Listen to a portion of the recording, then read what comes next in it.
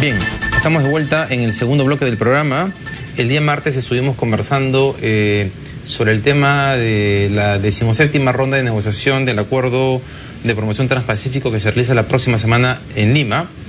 Ese día conversamos sobre el tema de patentes, medicamentos y el tema de las cláusulas de inversiones, y nos quedó pendiente conversar otro tema álgido, que es el vinculado a los derechos de autor y el tema de Internet, donde Estados Unidos aparentemente, eso nos van a explicar nuestros entrevistados de hoy, quiere imponer ciertas medidas o restricciones que implicarían restringir la libertad que existe en general en la web. Buenas noches, gracias por estar acá. Estamos con Caritza Rodríguez, directora internacional de Libertades Civiles de la EFE, y estamos con Miguel Moraquimo, director de IPRE Derecho, investigador sobre telecomunicaciones, derechos de autor e Internet. Muchas gracias por estar acá. Hola, ¿qué tal? Gracias. A ver, explíquenos primero qué cosa es lo que está buscando. Entiendo que es Estados Unidos en particular el que quiere incorporar ciertas cláusulas al acuerdo. ¿Qué cosa es lo que quiere incorporar Estados Unidos? El texto del acuerdo del TPP es secreto. El público en general no tiene acceso a lo que contiene el texto mismo del acuerdo. Sin embargo, sabemos, por una filtración que hubo al público hace un par de años, cuál es la propuesta de Estados Unidos en el acuerdo, ¿ok?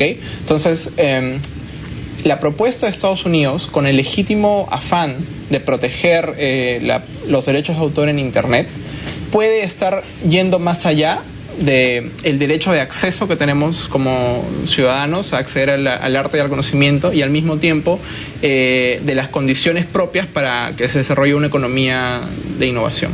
Cuando hablamos de proteger los derechos de autor en Internet, ¿de qué estamos hablando? ¿De restringir que las personas tengan acceso a determinado tipo de contenido? ¿Qué tipo de cosas? Bueno, como es de conocimiento general, el problema de la piratería en Internet es un problema difundido. Entonces, se proponen nuevas medidas que ya no van en contra de los usuarios en sí mismos, sino que atacan a las empresas intermediarias, que son las que entregan y reciben el contenido en Internet. Entonces, se propone que estas empresas asuman nuevas obligaciones, como por ejemplo el de vigilar qué contenidos están pasando, la obligación de responder cualquier solicitud de bajada de contenidos y darle trámite rápidamente, amenazadas de que si no lo hacen van a ser solidariamente responsables por las infracciones que cometan sus usuarios. Ya, a ver, ¿qué es una empresa intermediaria? Yo soy un usuario y quiero entrar a bajarme, ¿qué cosa? Entonces, ¿un libro, un disco, qué? Por ejemplo, tú eres un usuario de YouTube y estás en un concierto, en el concierto de un cantante, tomas un video casero desde tu casa y lo subes a YouTube. El intermediario sería YouTube, la red social favorita, Twitter, Facebook o una página de alojamiento web.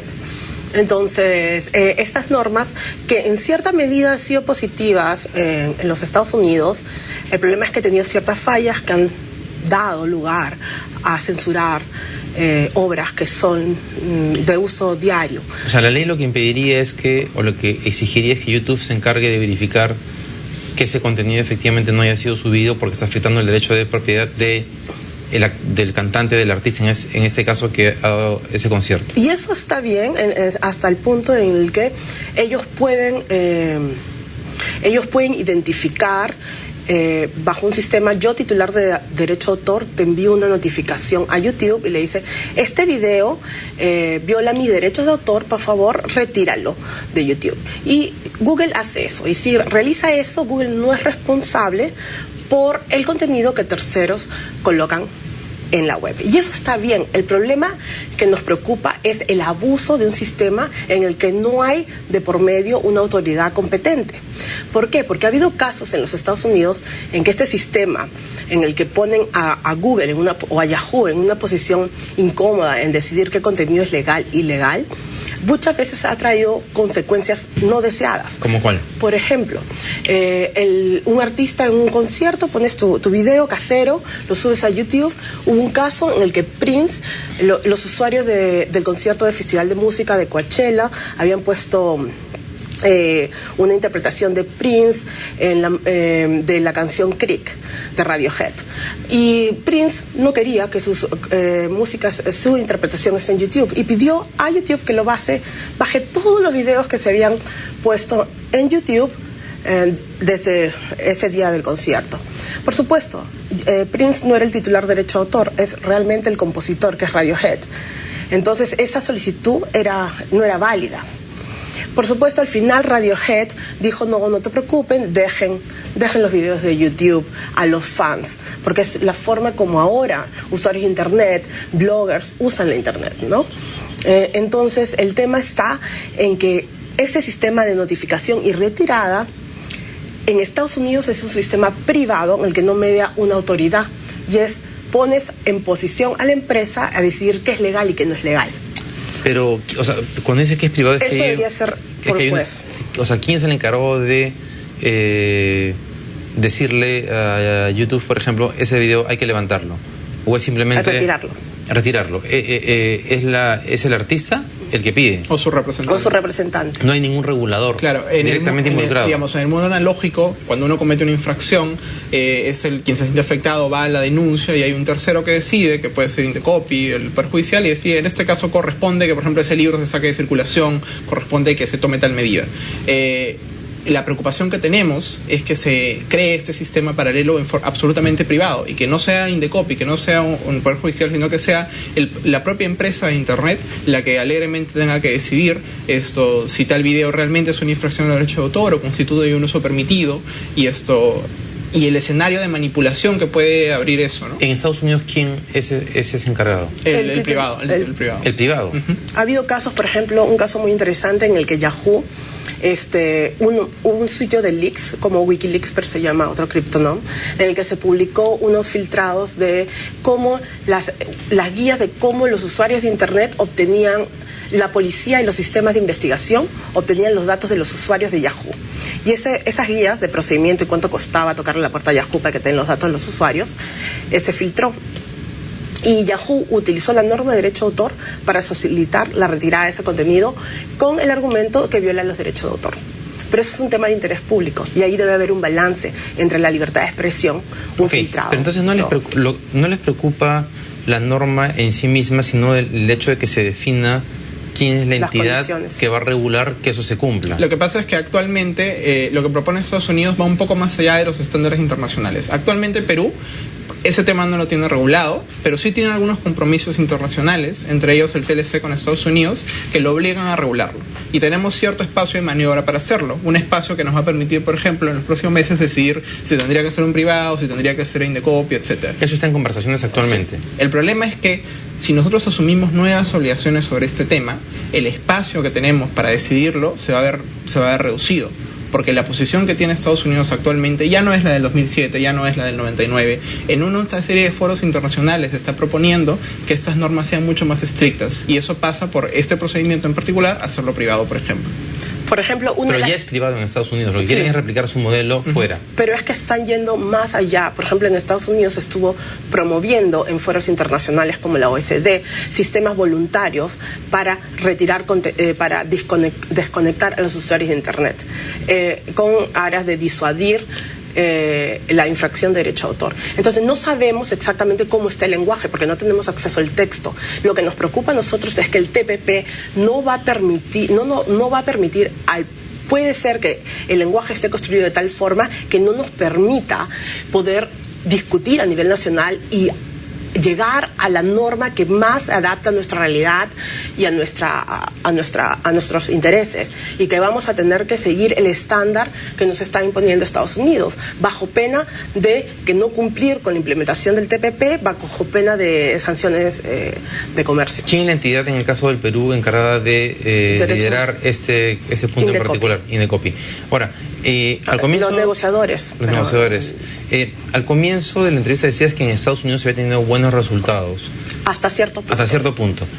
¿A qué te refieres con esos buenos resultados? Bueno, el hecho que crean una capa de seguridad para los intermediarios, para que no sean responsables por el contenido que terceras personas publican en sus redes, es una medida, cierta forma, positiva, porque hace que emprendedores, usuarios de internet, puedan utilizar la internet de una forma en que no se sientan que por cualquier cosita que su cliente vaya a poner, ellos van a ser solidariamente responsables con ellos. La norma te da estas garantías. Si tú retiras el contenido, de Internet y cumples con este sistema de notificación y retirada, tú no vas a ser responsable, solidario por la infracción que cometan tus usuarios. Entonces YouTube no va a ser responsable, o Facebook no va a ser responsable de lo que yo ponga en mi cuenta de Facebook. Y eso en cierta forma promueve la innovación. El problema está en casos en los que hay un abuso de parte privada y pasan toda la carga de ese sistema de notificación retirada a la empresa privada. Claro, empresas grandes como Google, Facebook o Yahoo o Twitter, ellos pueden conseguir abogados, pero las empresas pequeñas, las MIPES, las que están viendo la Internet como una forma de innovación, de entrar al mercado, ellos van a tener más problemas en poder cumplir con un sistema privado de notificación retirada. Pongamos ejemplos sobre eso, porque estaba leyendo que hubo una marcha en Europa hace un año, 2 años. Sí.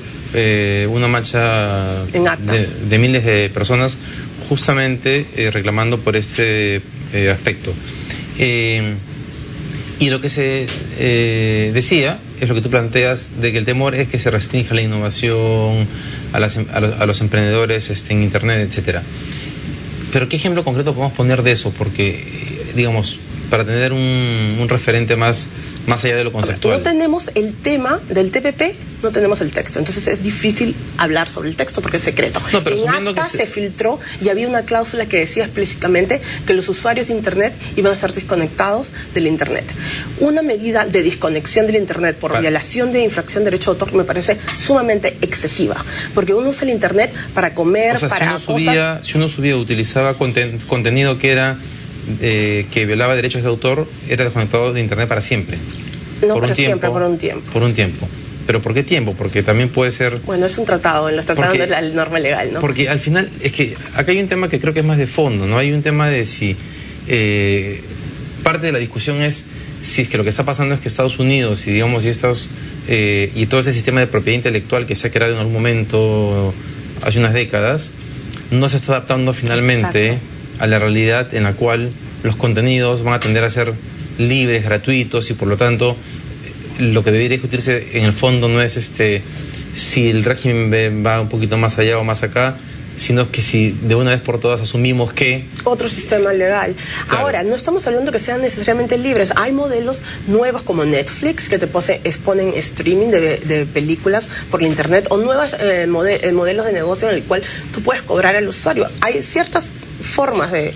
No todo tiene que ser libre, pero lo que no queramos es que las normas se vuelvan tan estrictas que criminalicen a las personas común. O sea, ¿tú crees, por ejemplo, que el tema de fondo es que el mercado tiene que adaptarse a la nueva realidad, y las empresas que están resistiendo a ese proceso de adaptación son las que están promoviendo ese tipo de Sí, por normas? supuesto, y además no solamente la están proponiendo como una manera inmediata de salvar su negocio, sino hasta tú podrías ver cierto fin anticompetitivo en ello. Podrías ver que al restringir los costos fijos que tiene que asumir un emprendedor para crear una nueva empresa, o al restringir o hacer más nebuloso el panorama legal con el que tiene que enfrentar, está de una u otra manera promoviendo que se replique la estructura de mercado actual, donde digamos empresas pequeñas, como en algún momento lo fue Twitter o Facebook, no puedan crecer en países como Perú, y países como Perú continúen siendo consumidores de lo que llega de otros lados, ¿no?